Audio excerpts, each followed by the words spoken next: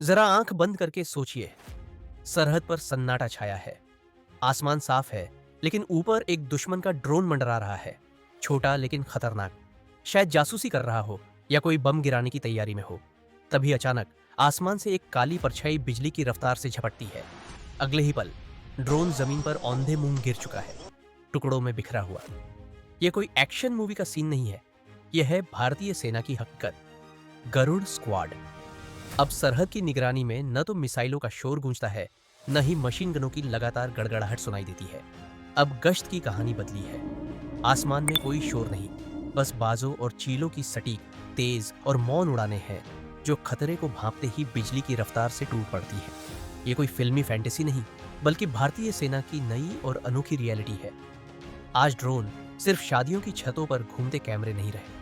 वो अब सीमाओं पर मंडराते हुए छोटे लेकिन अत्यंत खतरनाक जासूस बन चुके हैं। इनका मकसद केवल तस्वीरें लेना नहीं, ये दुश्मन की आंखें बंद कराते हैं, बम बरसाने या संवेदनशील इलाकों की जानकारी चुराने के लिए, या फिर स्मगलिंग के रास्ते खोलने के लिए। 2021 में जम्मू के एयरफोर्स स्टेशन पर हुए ड्रोन अटैक ने पूरे देश को जगा दिया। पहली बार किसी भारतीय सैन्य ठिकाने को इस तरह एक छोटे लेकिन घातक ड्रोन ने निशाना बनाया था। उस हमले ने यह साफ कर दिया कि खतरा अब दिखने वाला नहीं, बल्कि उड़ने वाला है, और इससे निपटने के लिए सिर्फ पारंपरिक हथियार अब नाकाफी है। समस्या यह थी कि सीमा पर मंडराते इन छोटे लेकिन घातक ड्रोन से निपटने के लिए कोई ऐसा उपाय नहीं था जो कारगर हो, सस्ता हो और लंबे समय तक टिकाऊ भी साबित हो सके। पारंपरिक विकल्पों में सबसे पहले आता है मिसाइल से हमला करना, लेकिन यह पूरी तरह से घाटे का सौदा था, क्योंकि एक मामूली ड्रोन जिसकी कीमत कुछ हजार रुपये होती है, उसे मार गिराने के लिए लाखों की मिसाइल दागना आर्थिक रूप से अव्यवहार्य है। जैमर तकनीक भी एक विकल्प जरूर थी, लेकिन वह हर बार भरोसेमंद साबित नहीं होती। आज के स्मार्ट ड्रोन इतने उन्नत हो चुके हैं कि वे जैमिंग सिग्नल को या तो बाईपास कर देते हैं या उसकी पहुंच से बाहर उड़ते हैं, जिससे उनकी ट्रैकिंग और निष्क्रियता मुश्किल हो जाती है। एक और उपाय था बंदूक या स्नाइपर से निशाना लगाना, लेकिन यह विकल्प भी व्यवहार में उतना आसान नहीं जितना सुनने में लगता है। हवा में तेजी से उड़ते छोटे आकार के इन ड्रोन को सटीक तरीके से शूट करना एक बेहद मुश्किल काम है। ऐसे हालात में जब हर पारंपरिक तरीका या तो बहुत महंगा, बहुत सीमित या बहुत जटिल साबित हो रहा था, तब जरूरत थी किसी ऐसे समाधान की जो न केवल सटीक और स्मार्ट हो, बल्कि व्यावहारिक भी हो। यानी तकनीक जितनी बढ़ी, खतरा उतना ही जटिल हो गया। और जब हर पारंपरिक तरीका फेल होने लगा, तभी भारतीय सेना के दिमाग में दमदार आइडिया, बाज और चीलों को इस जंग में उतारो। सोचिए, जहां टेक्नोलॉजी जवाब देने लगे, वहां प्रकृति की सबसे घातक उड़ने वाली मशीनों, शिकारी पक्षियों को मैदान में लाया जाए। न ईंधन चाहिए, न वायरलेस नेटवर्क, न बैटरी, सिर्फ पैनी निगाह, दमदार पंजे और बेजोड़ रफ्तार। यही था गरुड़ स्क्वाड का जन्म। एक ऐसा आइडिया जो सुनने में भले फिल्मी लगे, लेकिन जमीनी हालातों में पूरी तरह फिट बैठता है। 2020 में तेलंगाना सरकार की हरी झंडी मिलने के बाद भारतीय सेना ने एक ऐसा प्रयोग शुरू किया जो आज गरुड़ स्क्वाड के नाम से जाना जाता है। इसकी ट्रेनिंग मेरठ के रीमा वेटरनरी कोर में शुरू हुई, जहां शिकारी पक्षियों को सैन्य मिशनों के लिए तैयार किया जा रहा है। यह कोई सामान्य पक्षी प्रशिक्षण नहीं, बल्कि एक सख्त और रणनीतिक कमांडो स्टाइल ट्रेनिंग है। इन पक्षियों को बाकायदा 3 चरणों में प्रशिक्षित किया जाता है। पहले चरण में बाजों और चीलों को इंसानों के साथ सहज रहने की आदत डलवाई जाती है। सेना के जवानों के साथ समय बिताकर ये पक्षी सीखते हैं कि इंसानी मौजूदगी उनके लिए खतरा नहीं, बल्कि मिशन का हिस्सा है। यह चरण बेहद जरूरी होता है, क्योंकि बिना भरोसे के कोई समन्वय नहीं हो सकता। दूसरे चरण में इन परिंदों को छोटे और सीमित क्षमताओं वाले ड्रोन से परिचित कराया जाता है। उद्देश्य यह है कि वे ड्रोन को किसी सामान्य उड़ते हुए ऑब्जेक्ट की तरह नहीं, बल्कि अपने शिकार के रूप में पहचानने लगे। यही पहचान उनकी प्रतिक्रिया को तीव्र और स्वाभाविक बनाती है। तीसरे और सबसे कठिन चरण में असली युद्ध जैसी स्थिति बनाई जाती है।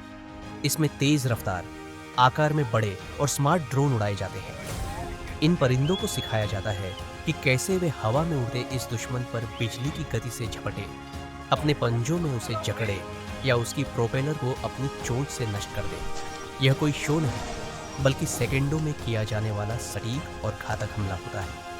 इन पक्षियों के साथ भारतीय सेना की एक और यूनिट, आर्मी डॉग्स, भी मिशन में सहयोग करती है। कुत्तों की सूंघने की ताकत और जमीन पर मूवमेंट ट्रैक करने की क्षमता इन ऑपरेशनों में बेहद कारगर साबित होती है। जब डॉग यूनिट ड्रोन की लोकेशन ट्रैक करती है, तब गरुड़ स्क्वाड आसमान में उस दिशा में फुर्ती से उड़कर हमला करता है। यह एक अनोखा लेकिन बेहद प्रभावी तालमेल है प्रकृति और तकनीक के बीच। हालांकि यह विचार पूरी तरह भारत का मौलिक नहीं है। नीदरलैंड और फ्रांस जैसे देशों ने भी इसी तरह के प्रयोग किए थे। डच पुलिस ने शिकारी ईगल्स को ड्रोन गिराने की ट्रेनिंग दी थी, लेकिन अक्सर वे अपने टारगेट से ध्यान भटका देते थे। कभी शिकार को नजरअंदाज कर देते थे, तो कभी हवा में चक्कर काटते रहते थे। परिणाम स्वरूप वह प्रोजेक्ट ठंडे बस्ते में चला गया। फ्रांस में भी गार्ड ईगल्स तैयार किए गए, लेकिन वहां समस्या यह रही कि हर पक्षी एक जैसा परफॉर्म नहीं करता था और ट्रेनिंग का समय अत्यधिक लंबा होता गया। भारत ने इन देशों की गलतियों से सीखा और पक्षियों को एकमात्र उपाय न बनाकर उन्हें एक हाइब्रिड डिफेंस सिस्टम का हिस्सा बनाया। मतलब यह कि केवल गरुड़ स्क्वाड पर निर्भरता नहीं रखी गई, बल्कि उनके साथ एआई आधारित कैमरे, सिग्नल डिटेक्शन सिस्टम और जमीन पर मौजूद डॉग यूनिट्स को मिलाकर एक त्रिस्तरीय डिफेंस स्ट्रैटेजी बनाई गई है। जब कोई ड्रोन भारतीय सीमा के पास आता है, सबसे पहले एआई सेंसर उसे डिटेक्ट करते हैं, फिर डॉग्स उसकी लोकेशन लॉक करते हैं और अंत में गरुड़ स्क्वाड हमला करता है। यह प्रणाली सस्ती भी है, प्रभावी भी और दुश्मन के लिए अप्रत्याशित भी। यह सिर्फ एक तकनीकी कदम नहीं, बल्कि भारत की सुरक्षा नीति में एक ऐसा मोड़ है जहां देसी जुड़ाव और आधुनिक सैन्य सोच एक साथ खड़े हैं। यानी यह सिर्फ पक्षियों पर नहीं, बल्कि टेक्नोलॉजी और प्राचीन प्रकृति की ताकत का कॉम्बिनेशन है। यह सच है कि हर बाज या चील सुपर हीरो नहीं होता। कुछ जल्दी सीखते हैं, कुछ को समय लगता है, कुछ मिशन के बीच मूड बदल देते हैं। जब नीदरलैंड की डच पुलिस ने शिकारी पक्षियों, खास तौर पर ईगल्स को ड्रोन गिराने के लिए ट्रेन करना शुरू किया, तो शुरुआत में यह विचार क्रांतिकारी लगा। लेकिन जल्द ही एक नई बहस छिड़ गई। क्या जानवरों का सैन्य इस्तेमाल नैतिक रूप से उचित है? कई पशु अधिकार संगठनों ने इस प्रयोग का विरोध किया।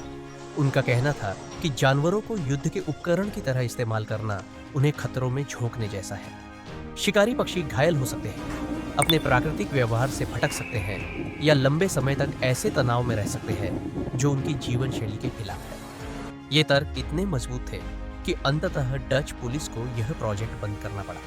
भारत में फिलहाल ऐसा विरोध नहीं देखने को मिला है, लेकिन जैसे जैसे गरुड़ स्क्वाड का विस्तार होगा और ये पक्षी सीमाओं पर तैनात किए जाएंगे, यह बहस यहाँ भी जरूर उठेगी। सवाल वही रहेगा, क्या हमें पक्षियों को तकनीक का हिस्सा बनाकर सैन्य अभियानों में शामिल करना चाहिए?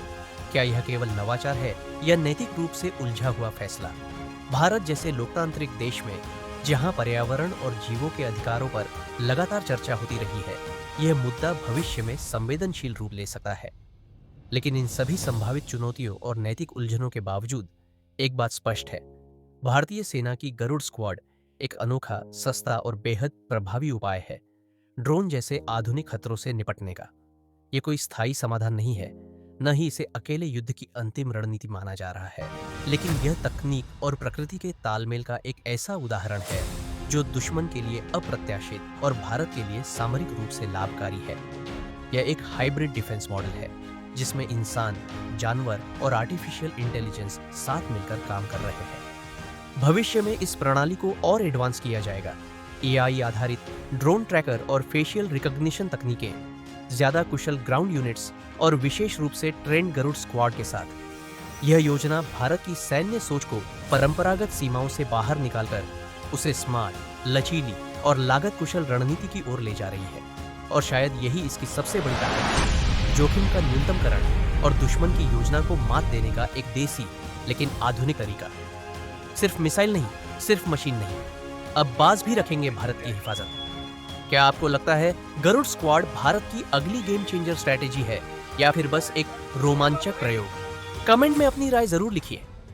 अगर आपको ये देसी टेक्नोलॉजी पसंद आई हो तो वीडियो को लाइक कीजिए, शेयर कीजिए और चैनल को सब्सक्राइब करना ना भूलिए। जय हिंद।